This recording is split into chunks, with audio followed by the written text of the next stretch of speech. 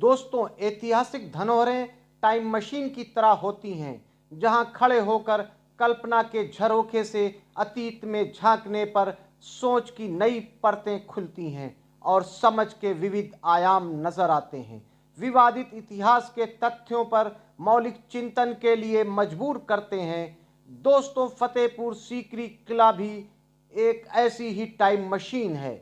इस time machine में अकबर महान के बरक्स कोई अजीमुशान चेहरा दिखता है तो वो है आमेर की राजकुमारी हीर कुंवर का, जिसे इतिहास में जोधाबाई के रूप में जाना जाता है, जिनको इतिहास में जोधाबाई मरियमुज़्ज़मानी के रूप में अमर है, जिन्हें इतिहास ने जोधाबाई के रूप में अमर किया। फतेहपुर सीकरी के किले में जोधाबाई के महल में राजपूताना, आन, रसूख, दूरदृष्टा, ब्रज की संस्कृति, कान्हा की भक्ति और समृद्ध राजस्थानी और गुजराती शिल्पकला के साथ इस बात का मौन प्रमाण मिलता है कि मुगल बादशाह अकबर को भारतीयता और भारतीय संस्कृति में दक्ष करने में इस राजपूतानी का कितना बड़ा योगदान रहा होगा। जोधाबाई जितनी चर्चित रही हैं, उनके जैसा कोई दूसरी मुगल मलिका का इतिहास नहीं मिलता है। नूरजहां और मुमताज़ की भी चर्चा तो होती है, पर उनका अपना एक सीमित दायरा है। पर जोधाबाई की चर्चा हर लोगों की जुबान पर आज भी है। मुगल सल्तनत में जोधाबाई हीर कुंवर, हरकाबाई, मरियमुज़्ज़मानी के नाम से जानी जाती हैं और उनकी रसूख की बानगी देता है।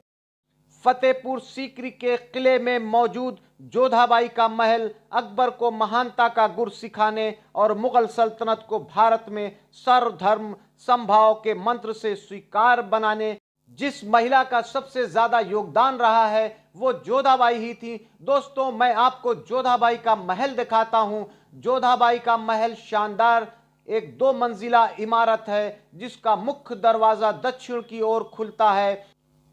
अपने समय के सबसे ताकतवर बादशाह के हरम में वो अपनी धार्मिक आज़ादी के साथ रहीं, तो इसको अकबर की उदारता से ज़्यादा जोधाबाई का प्रभाव मानना चाहिए, क्योंकि अकबर उस समय तक इतने परिपक्व नहीं रहे होंगे कि वो गैर धर्मों के प्रति सहिष्णुता का ऐसा भाव उनमें स्वाभाविक रूप से आ गया हो। दोस्तों, जोधाबाई भगवान कृष्ण की बहुत बड़ी भक्त थी। महल में एक पूजा घर था जिसमें कभी भगवान श्री कृष्ण की प्रतिमा रही होगी।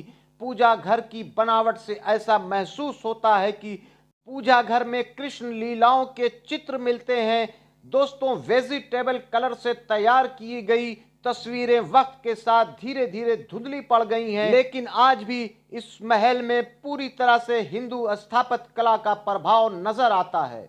चाहे बात कारीगरी की हो या दीवारों पे की गई चित्रकारी हो, पूजा घर सहित पूरे महल की सजावट में दक्षिण की शैली और गुजराती कारीगरी का प्रभाव दिखाई देता है। खंभों के शहतीर और उनकी घंटियों की साकरों जैसी उमड़ी डिजाइनें पूरी तरह से हिंदू मंदिरों जैसी हैं।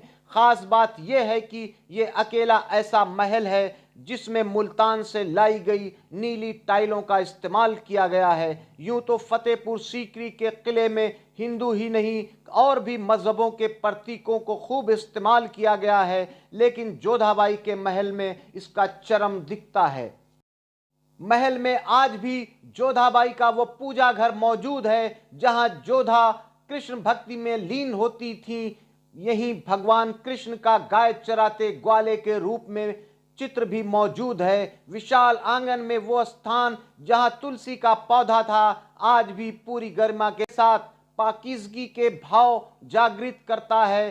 जोधा के महल में गढ़ी माँ सरस्वती और माँ लक्ष्मी की प्रतिमा जो काफी ऊंचाई पर है, पर वो समय के साथ अब जीर्ण शीर्ण हो रही है, अपने अस्तित्व को खोती जा रही है। दोस्तों, जोधाबाई का महल अपने आप में एक बेमिसाल और नायाब महल है। फतेहपुर सीकरी की सबसे आकर्षक इमारत जोधाबाई का महल है।